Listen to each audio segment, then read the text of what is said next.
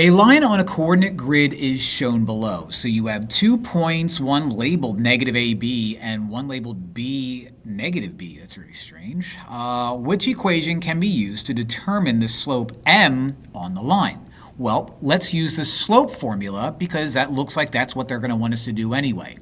The slope formula is m equals y sub 2 minus y sub 1 over x sub 2 minus x sub 1.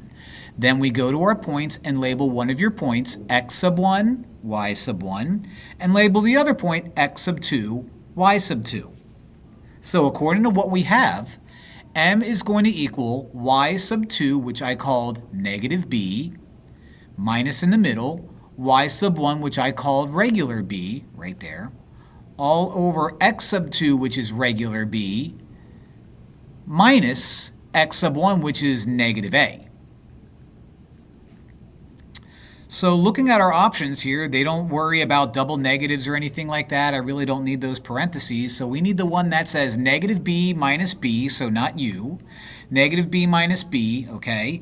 Negative b minus b, not u, negative b minus b, over b minus negative a. That's backwards, b minus negative a. So the answer is going to be D. Now where you have to be careful here is if you were to accidentally call this one x sub 1, y sub 1, and this one x sub 2, y sub 2, it's not the end of the world. Technically it's still correct, but you probably won't see that option here, so you kind of have to flip the points and try it again. But since I labeled things correctly the first time around, I got lucky. And yeah, the answer is D. Fun stuff.